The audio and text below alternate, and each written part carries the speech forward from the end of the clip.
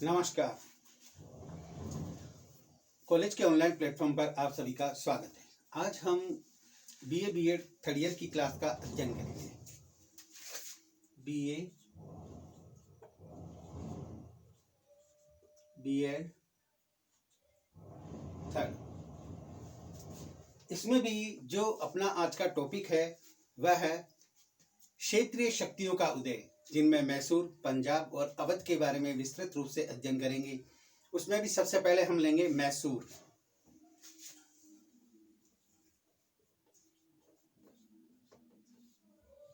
मैसूर ये इसका पार्ट 1 है। क्लियर बच्चों? हम मैसूर का अध्ययन करेंगे। मैसूर में हम आपको पढ़ाने से पहले मैं बता देता हूं, ये दक्षिण भारत है।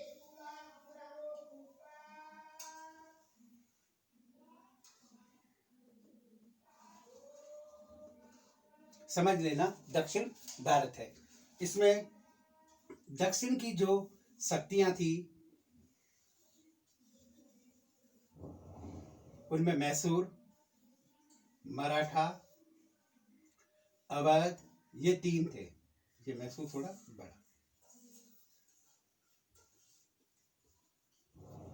मैसूर, अवध और मराठा, इनमें हम इन मैसूर में जो राजवंश हैं उनके बारे में अध्ययन करेंगे। जनरली आपके सामने एक और यहाँ पर ये पंजाब, इनका भी अध्ययन किया जाएगा।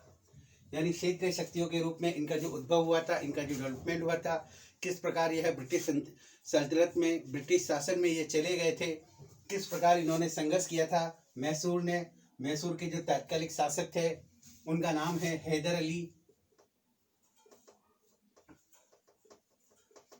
टीपू सुल्तान इनके पुत्र, इनके बारे में विस्तृत रूप से हम अध्ययन करेंगे, जो आज अपने पढ़ाने का विषय रहेगा। क्लियर? तो सबसे पहले हम बात करेंगे मैसूर की, और मैसूर में किस प्रकार की परिस्थितियां रही। इनको पढ़ाने से पहले मैं आपको ये बता देता हूं कि 4 युद्ध हुए थे मैसूर और अंग्रेजों के मध्य। आंग्ल मैसूर युद्ध जिन्हें कहा जाता था, आंग्ल मैसूर युद्ध। इन चारों युद्धों में टीपू सुल्तान कॉमन था। हैदर अली प्रथम 2 युद्धों में था, फर्स्ट और सेकंड में हैदर अली ने लड़े थे। थर्ड और फोर्थ टीपू सुल्तान ने लड़े थे। पर टीपू सुल्तान इन युद्धों में भी इसने भाग लिया था हैदर अली के साथ में, किंतु हैदर अली की मृत्यु हो जाती है। तो उसके बाद शासन कार्य सारा का सारा टीपू सुल्तान के पास आ जाता है और टीपू सुल्तान इन युद्धों को लड़ता है और अंत में 1799 में टीपू सुल्तान की युद्ध में लड़ते लड़ते मृत्यु हो जाती है। और चौथे आंग्ल मैसूर युद्ध के बाद मैसूर का राज्य ब्रिटिश सल्तनत या ब्रिटिश साम्राज्य में मिला लिया जाता है। तो आपको इस चीज में विशेष रूप से यही फोकस रखना है कि किस प्रकार ये युद्ध लड़े गए, कौन कौन से उस समय अंग्रेजों के सैनिक अधिकारी थे, ये इम्पोर्टेंट पूछे जाते। साथ ही इनमें जो प्रथम युद्ध के बाद मद्रास की संधि, सेकंड युद्ध के बाद मंगलोर की संधि, तीसरे युद्ध के बाद श्रीरंगपट्टम की संधि, ये 3 संधियां भी क्रमशः इनमें आएगी। तो आप इनको जरूर ध्यान रखें और मैं आपको इसकी विस्तृत जानकारी समय समय पर देता रहूंगा और इंगित कराता रहूंगा कि बच्चों ये चीज इसमें इंपॉर्टेंट है, ये चीज इसमें इंपॉर्टेंट है। क्लियर? तो आगे हम बात करते हैं मैसूर की।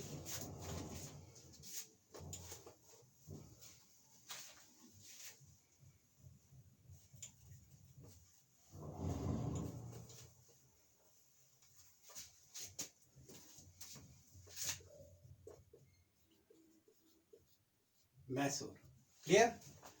अब हम इसके बारे में विस्तृत जानकारी से इनको पढ़ेंगे और समझेंगे। राजनीति का यह सामान्य सिद्धांत है कि जब केंद्रीय सत्ता शिथिल या पतनोन्मुख होती है तब क्षेत्रीय शक्तियों का अभ्युदय होता है। यानी जब केंद्रीय सत्ता डूबती है तो उसके जो अलग अलग टुकड़ों पर अलग अलग जो उसके राज्य होते हैं वहां पर एक स्वतंत्र सत्ता स्थापित हो जाती है। और ऐसा अक्सर हुआ है। गुप्तों के बाद अलग अलग भारत के अलग अलग राज्यों पर अलग अलग राजाओं ने शासन किया। सम्राट अशोक के बाद भी ऐसा हुआ। मुगल काल के पतन के साथ ही बंगाल, बिहार, उड़ीसा, अवध, ये इन पर अलग शासन सत्ता स्थापित थी। अवध पर अलग शासन सत्ता स्थापित हो गई। मराठों ने अपना अभ्युदय कर दिया, राजपूताना ने अपना सिर उठा लिया।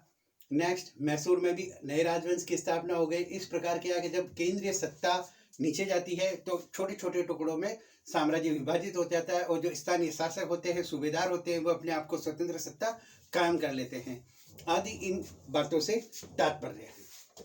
यानी केंद्र में जब माना जाता है कि एक पिता के 5 पुत्र है, पिता की मृत्यु हो जाती है तो साम्राज्य या उसकी जो संपत्ति है उसके अलग अलग हिस्सेदार उत्पन्न हो जाते हैं। वही बात यहाँ पर भी लागू होती है। तब क्षेत्रीय शक्तियों का अभ्युदय होता है। 1565 ईस्वी में जब दक्षिण भारत में विजयनगर साम्राज्य का विघटन हुआ तब वाडियार वंश ने मैसूर में अपनी स्वतंत्र सत्ता स्थापित कर ली। यानी दक्षिण में दो शक्तियां थी सल्तनत काल में। बाबर ने भी इनका उल्लेख किया है। तो उस समय जो एक तो बहमनी साम्राज्य था और दूसरा विजयनगर साम्राज्य था। बहमनी साम्राज्य के 5 टुकड़े हो गए, बीदर, बरार, गुलबर्गा, ऐसे करके। इसी प्रकार जो विजयनगर साम्राज्य था उसका भी राक्षस तंगड़ी के युद्ध में उनको पराजय का सामना करना पड़ा। तब विजयनगर साम्राज्य का पतन हो गया और वहाँ पर वाडियार वंश के जो शासक हैं उन्होंने मैसूर में अपनी अलग से सत्ता स्थापित कर ली। इसी प्रकार मुगल सम्राट औरंगजेब की मृत्यु के बाद मुगल साम्राज्य का विघटन शुरू हो गया। अनेक क्षेत्रीय शक्तियां केंद्र के नियंत्रण से मुक्त हो गई। सर्वप्रथम मुगल बादशाह मोहम्मद शाह के काल में 1722 में अवध सूबेदार सादत खान ने अवध में स्वतंत्र सत्ता स्थापित कर ली। सादत खान हालांकि वह मुगल बादशाह का नाम मात्र का स्वामित्व भी स्वीकार करता रहा, यानी उनके प्रति श्रद्धा उसके मन में रही। इसी प्रकार 1724 ईस्वी में दक्षिण में के सूबेदार निजाम उल मुल्क आसफ जहां ने हैदराबाद में स्वतंत्र राज्य की स्थापना कर ली। यानी हैदराबाद में भी निजाम उल मुल्क ने भी स्वतंत्र सत्ता की स्थापना कर ली। 1727 ईस्वी में के समृद्ध सूबे बंगाल, बिहार, उड़ीसा भी केंद्रीय नियंत्रण से मुक्त हो गया, जो अपने पिछली अध्याय में पढ़ा था। सुजा-उद-दौला ने वहां पर स्वतंत्र सत्ता स्थापित कर ली। पंजाब के सूबेदारों के अत्याचार से त्रस्त होकर सिखों ने अपनी सैनिक शक्ति संगठित कर ली। इन क्षेत्रीय शक्तियों में मैसूर, पंजाब, अवध ने अपने अपने प्रदेशों की स्वायत्तता एवं स्वतंत्रता को बनाए रखने के लिए अंग्रेजों से निरंतर संघर्ष किया, लेकिन अंत में ये तीनों शक्तियां अंग्रेजों के हाथों से पराजित हुई और उनका ब्रिटिश साम्राज्य में विलीनीकरण कर दिया गया। यानी मैंने आपको बताया था अवध, मैसूर और पंजाब, इन तीनों को भी अंग्रेजों से लड़ाई लड़नी पड़ी, किंतु अंत में वही हुआ कि तीनों परास्त हो गए और अंग्रेजी साम्राज्य में इनका विलय कर दिया गया। नेक्स्ट हम पढ़ेंगे मैसूर के उत्थान और पतन के बारे में कि मैसूर स्टार्ट। ऐतिहासिक पृष्ठभूमि यानी इसकी हिस्ट्री क्या है। भारत के पूर्वी और दक्षिणी घाट दक्षिण के सुदूर भाग में यहाँ मिलते हैं, यानी दक्षिण के पूर्वी घाट और सुदूर दक्षिण इसमें सम्मिलित था। उस क्षेत्र में मैसूर एक छोटा सा राज्य था। किसी जमाने में यह क्षेत्र विजयनगर साम्राज्य का अंग था, यानी विजयनगर साम्राज्य के अंग था, जिनमें संगम, सलू, तलू, अरविडू 4 राजवंशों ने शासन किया था और लास्ट में उनका अंग था और ये पृथक हो गया। इस महान साम्राज्य के पतन के बाद राम राय के भाई तिरुमाल ने वेणुगोंडा को राजधानी बनाया और 1570 में उसने अरविडू वंश की नींव रखी। इसके बाद रंग द्वितीय के पश्चात वेंकट द्वितीय ने शासन किया। वेंकट द्वितीय शासनकाल में साम्राज्य का विघटन शुरू हो गया और मैसूर का राज्य पूरी तरह से स्वतंत्र हो गया। इस राज्य पर वाडियार या वादियार वंश के हिंदू राजाओं ने लंबे समय तक शासन किया। यद्यपि 1704 में उन्हें औरंगजेब की अधीनता स्वीकार करनी पड़ी।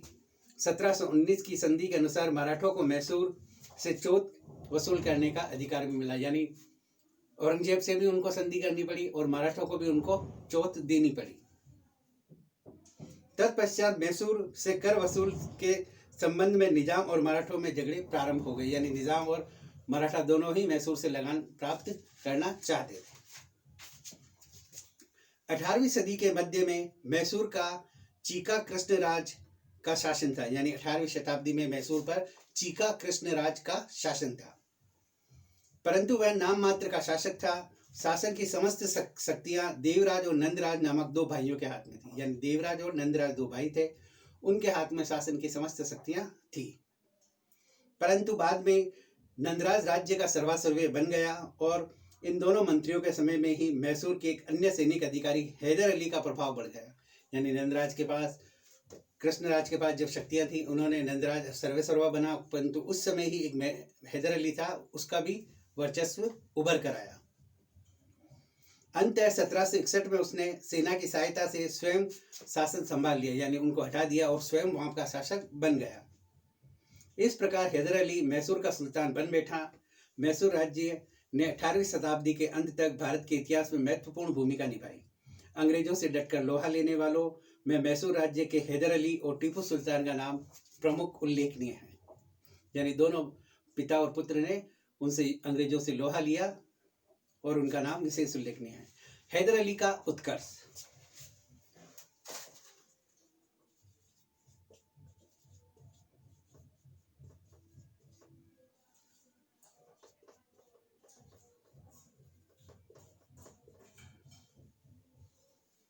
हैदर अली का उत्कर्ष कि हैदर अली किस प्रकार नंदराज और कृष्णराज को हटाकर शासक बना, किस प्रकार उसकी प्रारंभिक परिस्थितियां थी, उनके बारे में।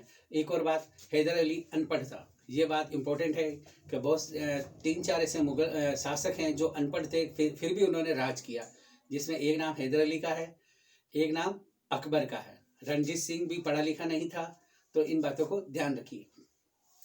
हैदर अली का जन्म 1722 ईस्वी में मैसूर राज्य के बूदीकोट नामक स्थान पर हुआ। इसके पिता का नाम फतेह मोहम्मद मैसूर राज्य की सेना में एक सैनिक अधिकारी था, यानी हैदर अली के पिताजी एक सैनिक अधिकारी थे। जिस समय हैदर अली 4-6 वर्ष का था, उस समय उसके पिता लड़ाई में मारे गए। बड़ा होने पर हैदर अली को भी मैसूर की सेना में नौकरी मिल गई, यानी उसके पिताजी युद्ध में मारे गए तो हैदर अली को भी सेना में नौकरी मिल गई। हैदर अली बिल्कुल निरक्षर था, यानी अनपढ़ था, उसको पढ़ना लिखना नहीं आता था। ये बात मैंने अभी बताई थी आपको। किंतु असाधारण प्रतिभा का व्यक्ति था। उसकी युद्ध शैली एवं कुशलता से प्रभावित होकर नंदराज ने उसे डिंडूगल का फौजदार बना दिया, यानी एक छोटी सी एक जागीर दे दी उसको डिंडूगल की। मैसूर का दीवान खांडेराव अत्यंत ही षड्यंत्रकारी व्यक्ति था। उसने राजमाता को सलाह दी कि वह हैदर अली की सहायता से नंदराज को पराजित कर सत्ता अपने हाथ में ले ले। राजमाता ने इस सलाह को स्वीकार किया। हैदर अली ने नंदराज को पराजित किया और सत्ता राजमाता को सौंपने की बजाय उसने अपने हाथ में ले ली। यानी जो राजमाता चाहती थी कि सत्ता मेरे हाथ में आओ, हैदर अली को उसने उकसाया। हैदर अली ने नंदराज को पराजित भी कर दिया और राजमाता को सत्ता नहीं दी और खुद वहां का शासक बन बैठा। जब खांडेराव ने इसका विरोध किया तो हैदर अली ने उसको भी कैद कर लिया। जब बुरे का नतीजा बुरा ही होता है। डिंडूगल का फौजदार बनने के बाद हैदर अली ने अपनी शक्ति बढ़ाना प्रारंभ कर दिया था। हैदराबाद के निजाम आसफ जहां की मृत्यु के बाद नासिर जंग हैदराबाद का शासक बना। 1750 में नासिर जंग की हत्या कर दी गई। उस समय हैदर अली अपने सैनिकों सहित हैदराबाद में था।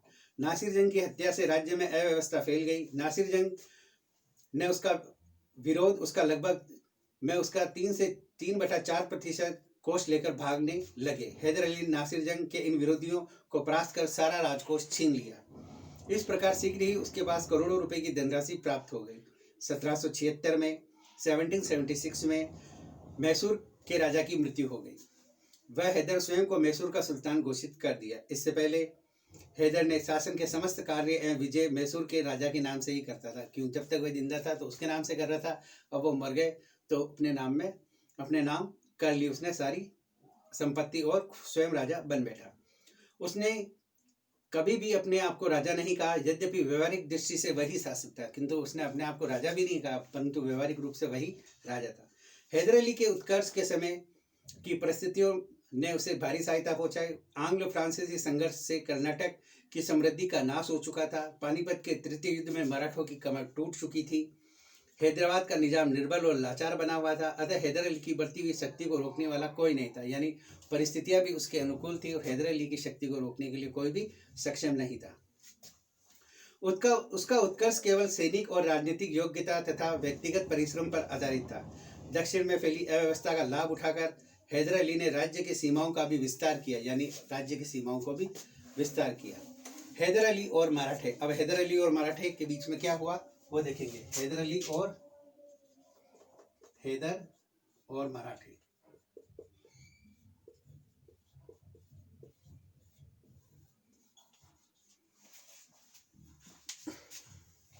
(1762) में से 1778 तक हैदर अली इस बात में के लिए असफल प्रयत्न करता रहा कि मराठों के विरुद्ध अपनी स्थिति दृढ़ करने में अंग्रेजों की सहायता प्राप्त करे। यानी हैदर अली अपनी शक्ति को मजबूत करने के लिए अंग्रेजों की सहायता चाहता था, किंतु हैदर की बढ़ती हुई शक्ति से न केवल अंग्रेज बल्कि निजाम और मराठे भी चौकन्ने थे। यानी हैदर अली अपनी स्थिति बड़ा मजबूत करना चाहता था, किंतु उसकी बढ़ती हुई शक्ति से अंग्रेज ही नहीं, मराठे और अवध भी, हैदराबाद के निजाम भी उससे जानते थे, चौकन्ने हो उठे। 1764 में मराठों ने मैसूर पर आक्रमण किया। इस युद्ध में हैदर पराजित हुआ, यानी मराठों ने आक्रमण किया उसकी शक्ति को कुचलने के लिए और युद्ध जीत भी गए। और मार्च 1765 में उसे मराठों से संधि करनी पड़ी। तत्पश्चात गुंटी व सावनूर के जिले 32 लाख रुपए मराठों को देने पड़े, यानी 32 लाख रुपए और 2 जिले उनको देने पड़े। और इसके एक वर्ष बाद 1766 में अंग्रेज मराठा निजाम ने हैदर के विरुद्ध एक शक्तिशाली संघ बनाया। यानी निजाम, मराठा और अंग्रेजों ने तीनों ने एक संघ बनाया हैदर को परास्त करने के लिए। किंतु इस त्रिगुट का पारस्परिक विश्वास नहीं था, यानी ये तीनों शक्तियां एक तो हो गई, किंतु इनको परस्पर एक दूसरे पे भरोसा नहीं था।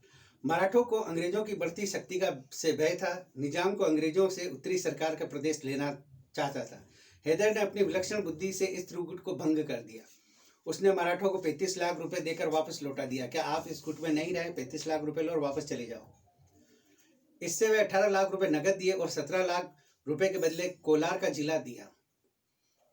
हैदर ने निजाम के पास संदेश भिजवाया कि वह उत्तरी सरकार का प्रदेश दिलवाने में उसको सहायता देगा। यानी जो अंग्रेजों से वो प्रदेश लेना था निजाम को, हैदर अली ने उसको कहा कि मैं दिलवाऊंगा आपको ये। जब निजाम ने देखा कि मराठा सेना लौट रही है, तब उत्तरी सरकार प्राप्त करने की आशा से अंग्रेजों के विरुद्ध उसने 1767 को हैदर अली से संधि कर ली, यानी त्रिगुट भंग कर ली। इस प्रकार हैदर ने अपनी कूटनीति से त्रिगुट को भंग कर दिया। तत्पश्चात हैदर ने अंग्रेजों पर आक्रमण कर उन्हें पराजित कर दिया। अब अंग्रेज आए सामने, तो हैदर अली ने उनको आगे बढ़कर पराजित किया, और जिसका विस्तृत विवरण और करेंगे।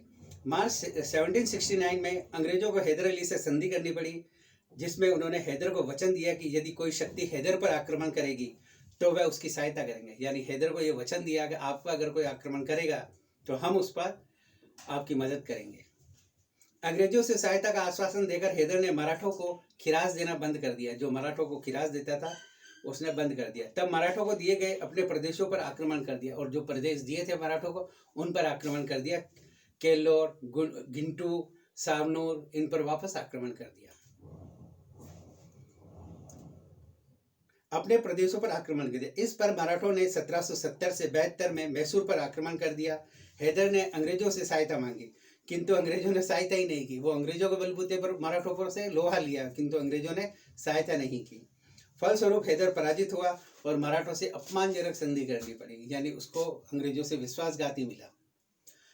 अगस्त 1773 में पेशवा नारायण राव की मृत्यु के बाद मराठा संघ में गृह कलह उत्पन्न हो गया। इस व्यवस्था का लाभ उठाकर हैदर ने सभी प्रदेशों पर अधिकार कर लिए जो उसे मराठों को देने थे। इसी समय अंग्रेजों और मराठों के बीच युद्ध प्रारंभ हो गया। मराठे अंग्रेजों के विरुद्ध हैदर की सहायता चाहते थे। अब उल्टा हो गया, मराठे हैदर अली की सहायता से अंग्रेजों को परास्त करना चाहते थे। अतः पेशवा के मंत्री नाना फडणवीस ने 1780 में हैदर से समझौता किया, जिसमें हैदर ने वचन दिया कि अंग्रेजों को भारत से निकालने के लिए मराठों की सहायता करेगा। इसके बदले में नाना फडणवीस ने हैदर से वसूल की जाने वाली वार्षिक खिराज की भारी भरकम राशि कम कर दी।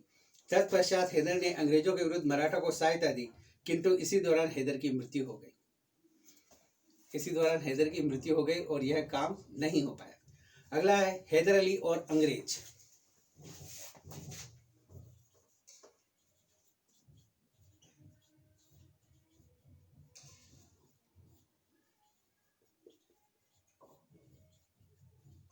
हैदर अली और अंग्रेज। हैदर अली व अंग्रेज अंग्रेज इस बात को अच्छी तरीके से जानते हैं कि दक्षिणी भारत की यदि तीनों शक्तियां एक हो जाती तो दक्षिण में अंग्रेजों के अस्तित्व को खतरा उत्पन्न हो जाएगा। यानी है अंग्रेज इस बात को जानते थे कि अगर दक्षिण की जो तीन शक्तियां निजाम, मराठे, मैसूर, अगर ये तीनों शक्तियां एक हो जाती है तो अंग्रेजों को इस क्षेत्र से जाना पड़ेगा। इसलिए वे इन तीनों शक्तियों को अलग अलग रखना चाहते थे। निजाम, मैसूर, मराठे अपने स्वार्थों की पूर्ति हेतु परस्पर संघर्ष में लीन थे। अतः दक्षिण में अंग्रेजों की कूटनीति अधिक प्रभावशाली सिद्ध हुई, किंतु मैसूर की स्थिति ऐसी थी कि दक्षिण के अन्य शक्तियां उसके अस्तित्व को बनाए रखना चाहती थी। मराठों को खिराज, निजाम को मराठों के आक्रमण के विरुद्ध एक मित्र के रूप में अंग्रेजों को दक्षिण की शक्ति संतुलन बनाए रखने के लिए मैसूर की आवश्यकता थी। ये साथ ही ये शक्तियां मैसूर को इतना प्रभावशाली भी नहीं देखना चाहती कि वह उसके लिए खतरा उत्पन्न हो जाए। यानी मैसूर को रखेंगे किंतु वह हमारे लिए खतरा ना हो जाए, इस बात का भी विशेष रूप से ध्यान रखा। प्रथम आंग्ल मैसूर युद्ध, यानी अंग्रेजों के बारे में आप पढ़ेंगे। प्रथम आंग्ल मैसूर युद्ध जो हैदर अली के समय में हुआ था। प्रथम आंग्ल मैसूर युद्ध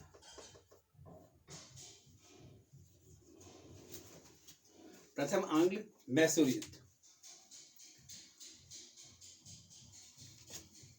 हैदर अली व फ्रांसीसियों के बीच घनिष्ठ मैत्री थी। यानी हैदर अली प्रथम पढ़ रहे हैं, उसमें से बता रहा हूं मैं कि प्रथम आंग्ल मैसूर युद्ध में हैदर अली व अंग्रेजों के फ्रांसीसियों के बीच घनिष्ठ मैत्री थी, किंतु यह मैत्री अंग्रेजों के विरुद्ध नहीं थी। यानी हैदर अली और फ्रांसीसी मित्र थे किंतु वह अंग्रेजों के विरुद्ध नहीं थे।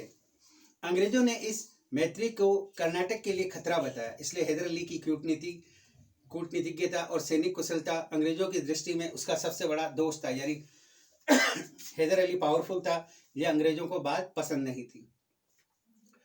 अंग्रेज स्वयं राज सत्ता प्राप्त करना चाहते थे, अतः उनको हैदर से संघर्ष होना लाजमी था, आवश्यक था।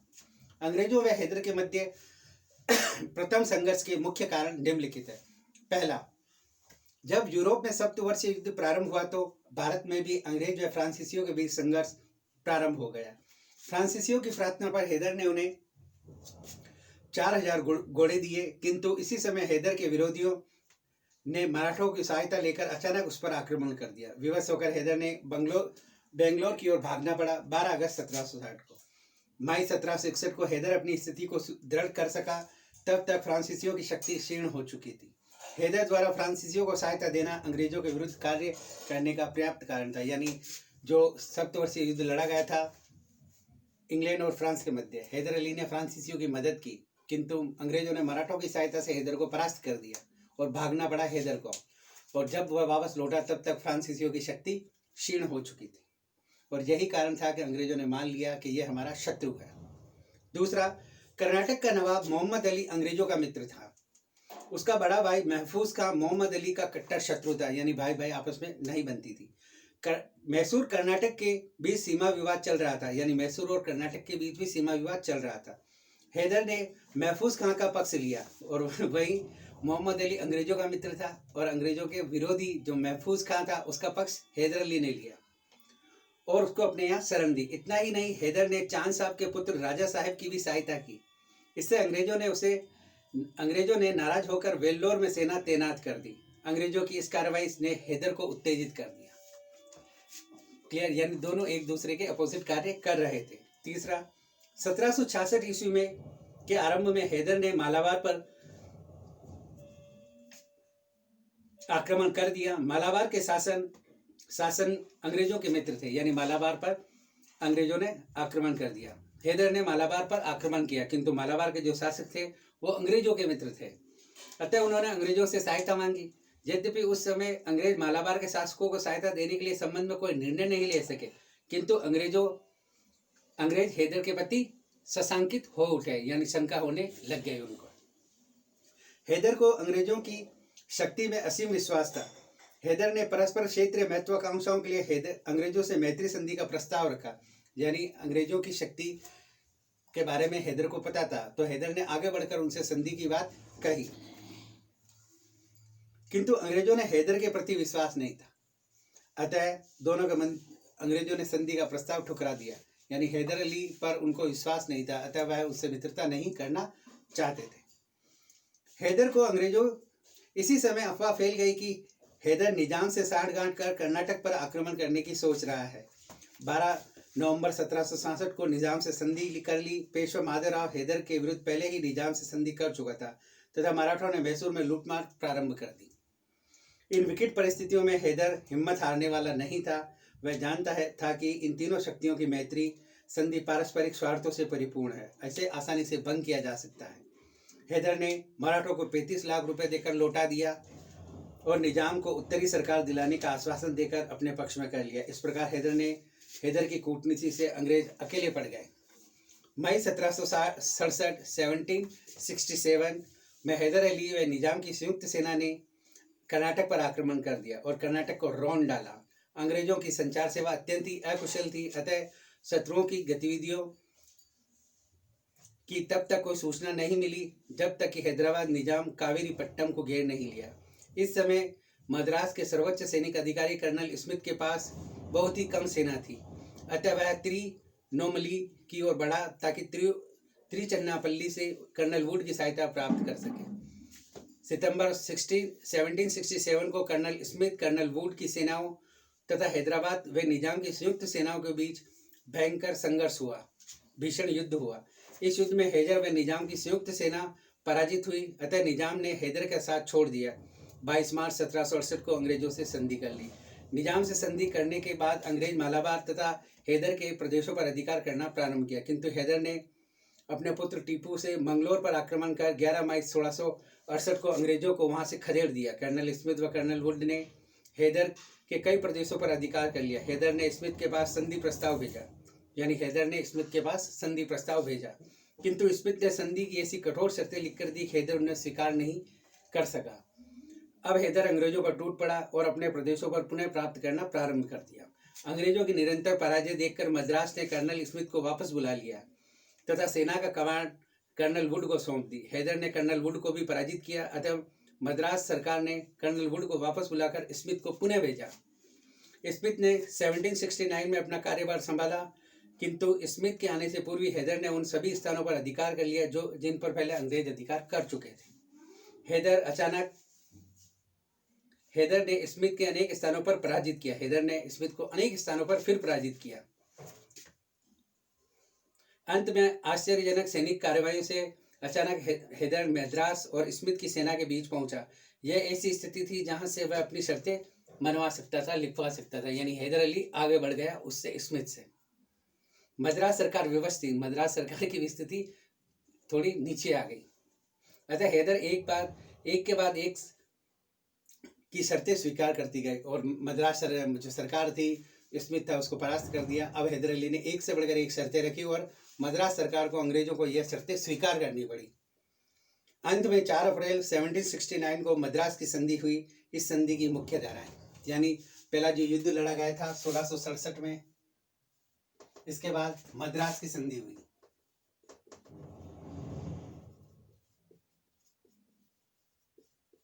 स- 1767 में मद्रास की संधि हुई। यानी इसमें हैदर अली अपनी शर्तें लिखवा रहा था। दोनों पक्ष एक दूसरे के जीते हुए प्रदेश लौटा देंगे, किंतु करूर उसके पास आसपास का क्षेत्र हैदर के पास रहेंगे। यानी दोनों एक दूसरे के क्षेत्र जो विजय किए थे वो वापस लौटा देंगे, किंतु करूर का प्रदेश हैदर के पास रहेगा। पहली हैदर की बात। दूसरी, हैदर के जहाज को जिन्हें मुंबई सरकार ने पकड़ा है उसके बदले कोलार का भंडार हैदर को दिया। यानी जो अंग्रेजों ने हैदर अली के जहाज पकड़े वो जहाज भी छोड़ेंगे और केलोर का प्रदेश जो होगा वो हैदर अली को मिलेगा। दूसरा प्लस हैदर को। तीसरा, दोनों पक्ष एक दूसरे की सहायता का वचन देंगे, यानी दोनों एक दूसरे की मदद करेंगे। तीसरी शर्त हैदर अली के फेवर में। यानी पहली युद्ध में अंग्रेजों को परास्त कर दिया और हैदर अली विजय हुआ और मद्रास की संधि की शर्तें हैदर अली के अनुसार थी, किंतु इसका पालन नहीं किया गया। बाद में मद्रास सरकार ने बड़ी अनिच्छा से इस संधि को स्वीकार किया, क्योंकि युद्ध जारी रखने की स्थिति में नहीं थी। संधि की भाषा को इसकी भाषा से स्पष्ट हो रहा था कि मानो न मानो अंग्रेजों ने हैदर अली से शांति स्थापित करने की याचना की हो, यानी उनसे भीख मांगी हो कि शांति स्थापित की जाए। क्लियर। इस प्रकार यह पहला आंग्ल मैसूर युद्ध संपन्न हुआ। हैदर अली की विजय रही और हैदर अली ने अपने मन मुताबिक उसमें शर्तें जुड़वाई। दूसरा आंग्ल मैसूर युद्ध।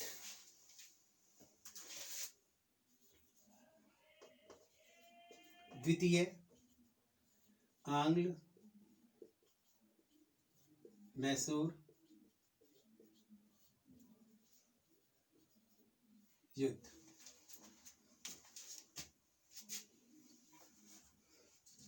मद्रास की संधि के बाद हैदर को आशा थी कि अब क्षेत्र में स्थायी शांति होगी, किंतु ऐसा नहीं हुआ। 1769 के बाद हैदर और अंग्रेजों के मध्य पुनः मतभेद उत्पन्न हो गए।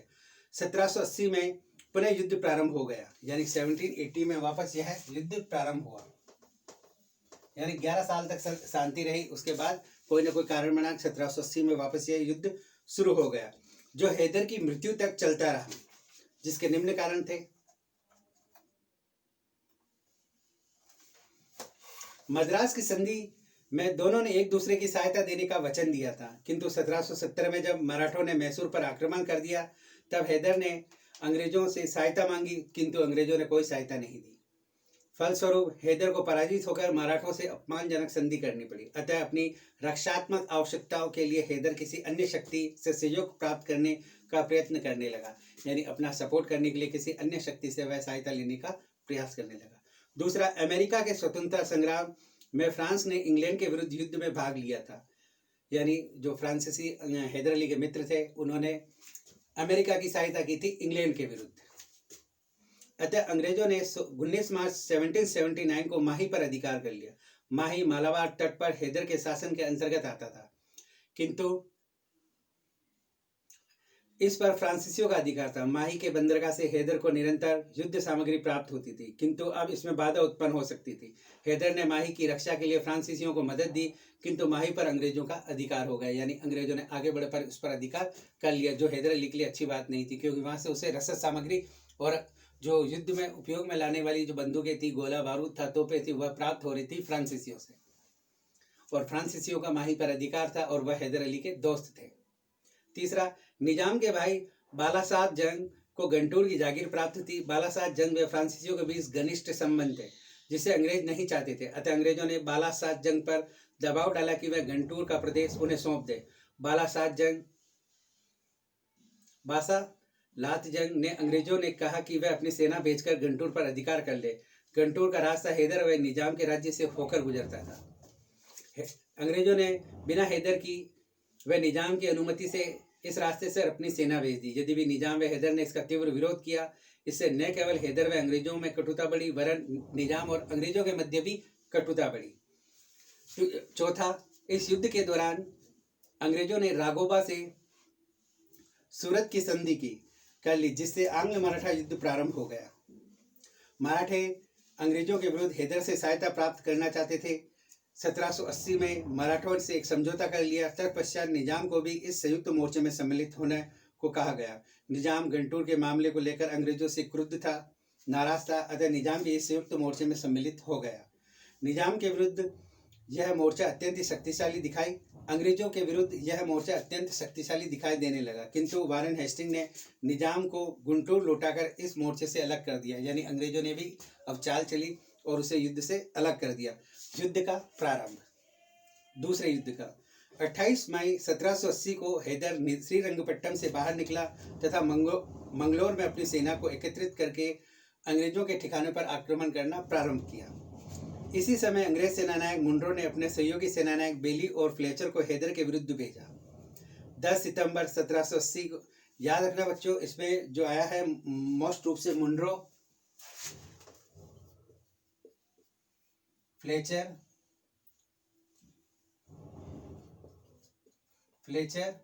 बेली, ये तीन थे। इन्होंने हैदर अली से युद्ध लड़ा था।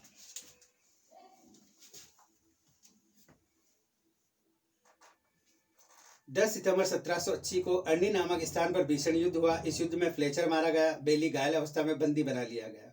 अक्टूबर 1780 में हैदर ने आरकट जीत लिया। हैदर की इन विजयों से अंग्रेजों की प्रतिष्ठा न्यूनतम बिंदु पर पहुंच गई। अतः वारेन हेस्टिंग ने सर आयरकूट को आवश्यक सेना देकर हैदर अली को पाटनवा नामक स्थानों पर पराजित किया। अब नेक्स्ट आया आयरकुट। आयरकुट ने पाटनवा नामक स्थान पर हैदर अली को पराजित किया, किंतु अंग्रेजों ने इस सफलता का लाभ नहीं मिला। अंग्रेजों को इस सफलता का लाभ नहीं मिला। आयरकुट के पास घोड़े नहीं थे तथा रसद का अभाव था, अतः आयरकुट मद्रास लौट गया और अपना त्यागपत्र दे दिया, किंतु उसे समझा बुझाकर वापस भेजा। 27 सितंबर 1781 को उसने सोलिंगर नामक स्थान पर हैदर को बुरी तरह से पराजित किया। 2 जून 1782 को अरनी नामक स्थान पर जो युद्ध हुआ वह निर्णायक नहीं रहा। इसी बीच अंग्रेजों के साथ 17 मई 1782 को सालबाई की संधि कर ली मराठों ने। अतः अब अंग्रेज हैदर के विरुद्ध अधिक प्रभावशाली ढंग से काम कर रहे थे। इस युद्ध में पहले मराठे हैदर के साथ थे, किंतु मराठों ने सालबाई की संधि कर ली अंग्रेजों से। अब हैदर अली अकेला पड़ गया। अब सामने कौन था? अंग्रेज, और इधर हैदर अली शक्तिशाली ढंग से लड़ सकते थे। युद्ध अभी चालू ही था कि युद्ध के दौरान 7 दिसंबर 1782 को हैदर की मृत्यु हो गई, यानी हैदर अली इस लोक से चला गया। तत्पश्चात हैदर का पुत्र एवं उत्तराधिकारी टीपू ने ब्रिगेडियर मैथ्यूज को उसकी समस्त सेना सहित बंदी बना लिया। 1783 में यूरोप में अंग्रेजों ने फ्रांसीसियों से संधि कर ली। फलस्वरूप अब फ्रांसीसी भी टीपू को सहायता नहीं दे रहे थे, यानी अब फ्रांसीसी उनके मित्र थे, किंतु अंग्रेजों ने इंग्लैंड और फ्रांसीसियों के मध्य संधि हो गई, तो फ्रांसीसियों ने भी टीपू सुल्तान को सहायता देना बंद कर दिया। अतः टीपू ने भी अंग्रेजों से मैत्री करना ही उचित समझा। इधर कंपनी के संचालक मंडल ने भी टीपू से संधि करने का निश्चित आदेश दिया। अतः मार्च 1784 में दोनों के बीच मंगलोर की संधि हो गई। संधि के अनुसार दूसरी संधि हो गई मंगलोर की, द्वितीय युद्ध के बाद मंगलोर की संधि दोनों के मध्य हो गई।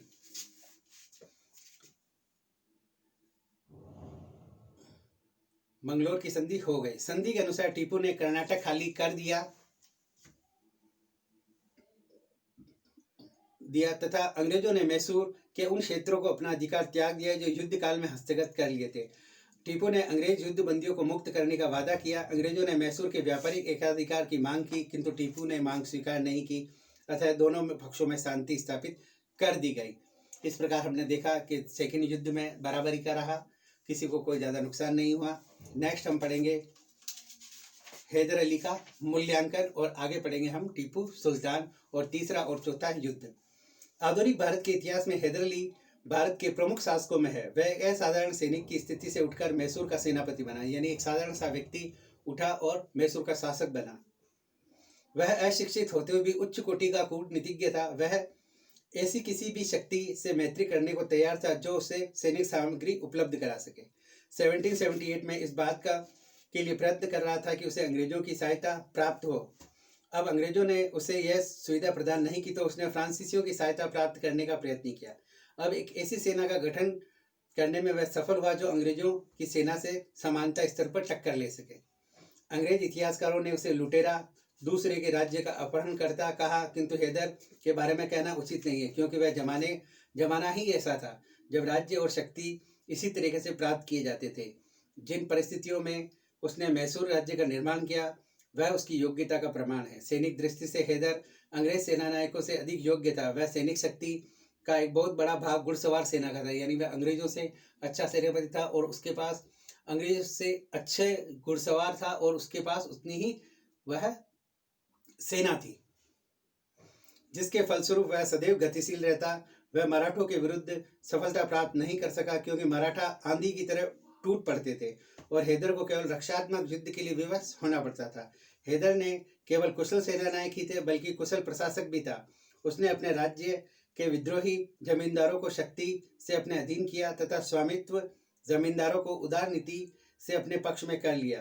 राज्य में भू राजस्व प्राचीन पद्धति से प्रचलित रही।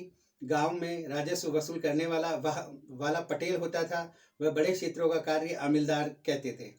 वह धार्मिक नीति से भी बड़ी उदारता रखता था। ब्राह्मणों और मंदिरों को पहले की भांति जागीरें मिलती रही। अंग्रेज सेनानायक मुनरो ने उसके प्रशासन की नियमितता एवं कुशलता की बड़ी प्रशंसा की।